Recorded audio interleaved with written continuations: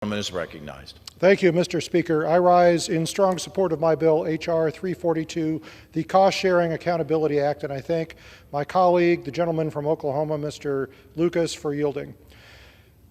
Research and development grants in the field of energy administered by the Department of Energy play a critical role in innovation and energy research in the United States. The administration and awarding of those grants is governed by the Energy Policy Act of 2005.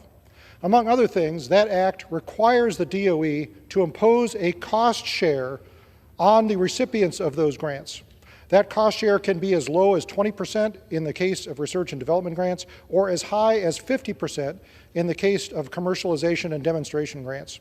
The purpose of this cost share is simple. It's to ensure that the grant recipients also have some skin in the game when it comes to ensuring the success of the grants and the projects that they are bidding on and demonstrating.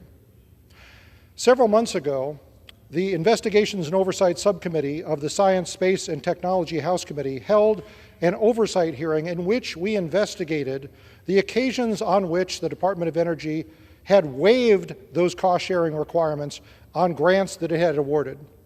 The DOE has the statutory ability to waive those grants, those cost shares, under the appropriate circumstances. We wanted to make sure that that authority was being exercised judiciously.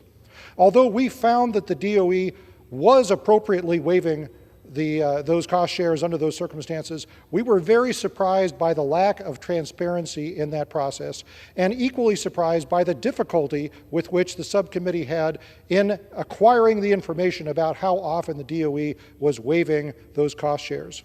This bill, H.R. 342, is a very simple solution to that problem. It will require the DOE to make quarterly reports to the committees of jurisdiction in both the House and the Senate on the occasions and the circumstances under which it waives cost share requirements for the grants that it awards.